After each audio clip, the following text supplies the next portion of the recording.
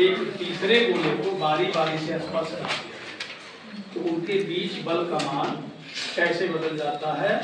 इस पर आधारित जो आर्टिकल है वो मैंने आपको समझाया हुआ है, ठीक है ना, डायग्राम के जरिए समझा दिया। अगर उसे आप समझते हैं तो सवाल को फिलहाल इस सवाल को हम बता रहे हैं। देखिए सबसे पहले इसमें क्या है कि दो स्फीयर हैं, एक है P, यस सर, और दूसरा है एस, आइडेंटिकल, एक जैसे,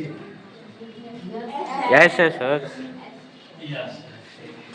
और दोनों पर आवेश क्यू, क्यू है, सही नहीं कह रहा? यस सर, दोनों पर आवेश क्या है? क्यू, अब एक तीसरा उसी तरह का स्फीयर आर है, आर को पहले लेकर आते हैं और उसको बारी बारी से कह रहा, उसको हमने स्पर्श करा दिया पी के साथ, ये देखो आर है, और स्पर्श करा दिया पी के साथ, करा दिया तो कुल आवेश कितना हो गया आपका Q प्लस 0 बराबर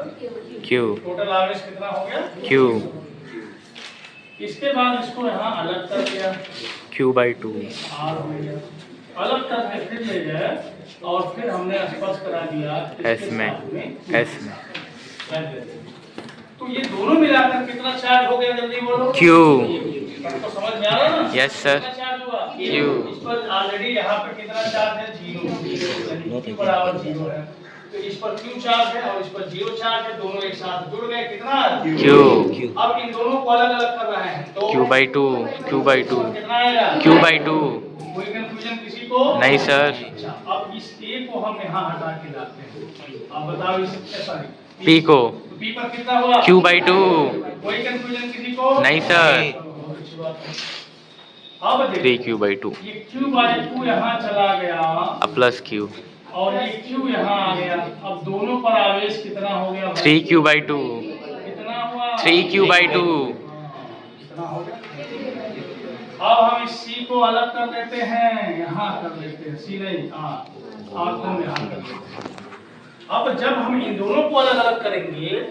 पूरे दोनों में जाकर 3Q/2 आवेश है, अब दोनों को अलग अलग करेंगे तो कितना होगा 3Q/4, 3Q/4, तो ये कितना हो गया 3Q/4, और अब हम इस यश को यहाँ डालते हैं।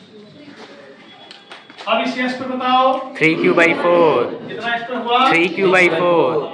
और उतने ही दूरी पर फिर रख दिया जितना पहले रखा गया था। पहले वाले बल को हम F मान लेते हैं और बाद वाले बल को हम F डैश मान लेते हैं। कोई कंफ्यूजन अब तक नहीं सर,